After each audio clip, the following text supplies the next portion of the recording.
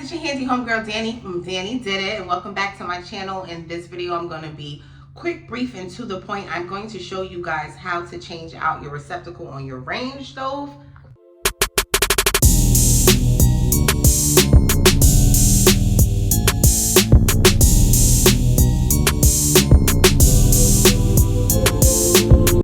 Using the Smart Choice range receptacle. I picked this up from Lowe's. Home Depot also has them, and they say that they are universal.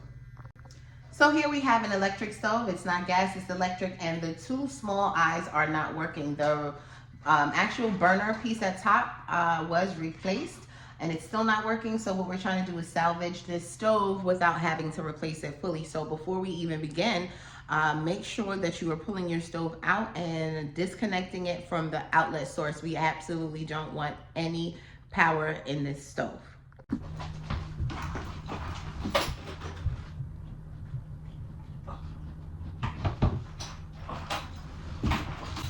Safety first. So the stove also has a feature that you can just pull up the top portion, and I've already assessed this stove, so you'll see that the piece that we're changing out today is hanging, but it will probably still be connected in your instant. Don't worry about this. That's chicken quesadilla juice.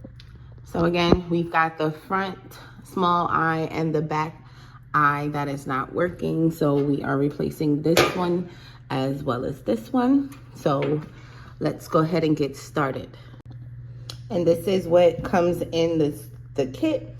We have these brackets that we won't be using because the one that's already on the stove is going to stay there.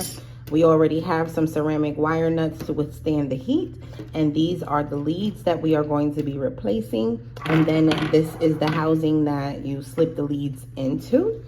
So here we have the old housing. So you can see the portion that has the closed off piece is going to be the front end. So looking at this one compared to this one, we want to pretty much just line it up and make sure it's the same. So again, that block is going to be the front portion of it, and we're going to slide the leads in from the back.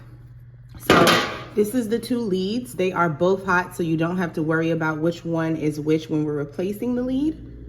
And so pretty much this is the new lead, and what we're going to do is cut into the wire back here. We're going to tie in, and so we kind of just want to make sure that we're cutting enough to make sure that it will fit to the housing and then fit up into the bracket, and just make sure that we cut off a little bit extra because we are tying in. So I'm just going to pull at it just a little bit, and then I'm going to cut back here. I'm going to splice the wire, pretty much tie it in, and cap it off. So I'm just going to use my wire cutter to just cut. And again, we're going to make sure that we have enough space so that we can tie in the new lines. So we cut that off, and then I'm just going to strip the housing off, the insulation off the wire, so that I can tie in the new one.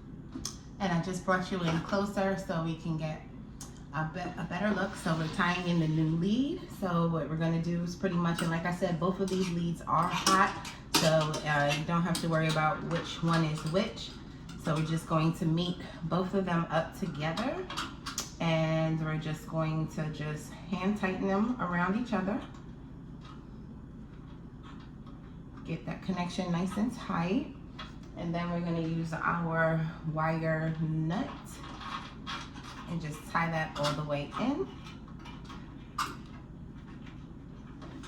And we've got that one, and we'll go ahead and install the other lead, and I'll come right back.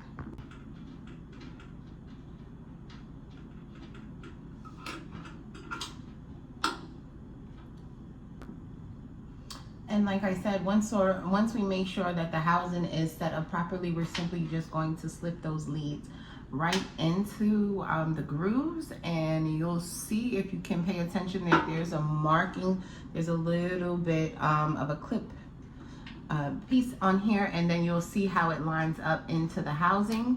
And once that clips in, you can hear it snap, then you're in, and we are all set on that.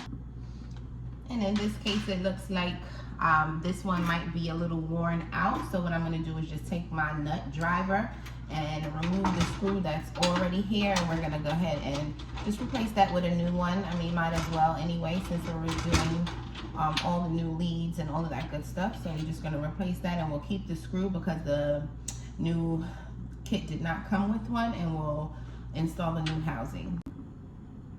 And you're going to line it right on up, and you'll see right where you replaced the old one, and you'll just put back the new one.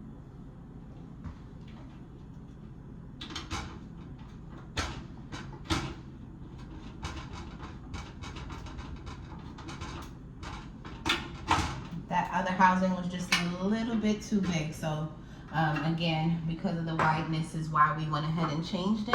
So we're just going to slide our new piece right on in, and it is a little bit tight, so let's just make sure that our grooves are lining up here.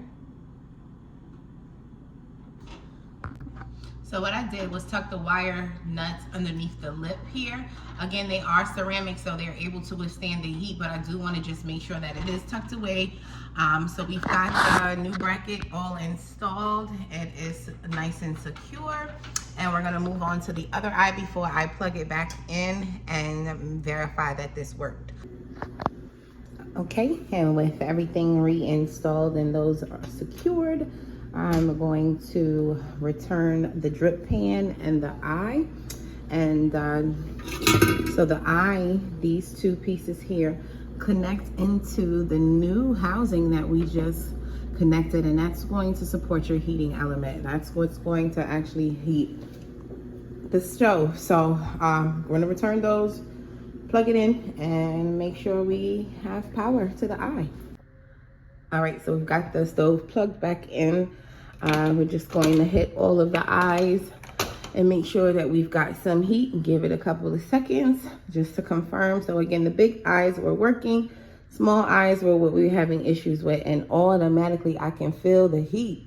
I can feel the heat on both eyes. I mean, come on, y'all, everything is working. Is the stove working or am I working? And there you have it. I hope this video was pretty straightforward and easy to follow. If you thought this video was helpful, please make sure you give it a like and a thumbs up. Share this video with somebody who's having an issue with their stove, and share it with somebody who just wants to see a handy home girl doing things, DIY projects, tool knowledge, all kinds of stuff. I'm gonna see y'all in my next video. Thank you so much for watching until the end. Peace.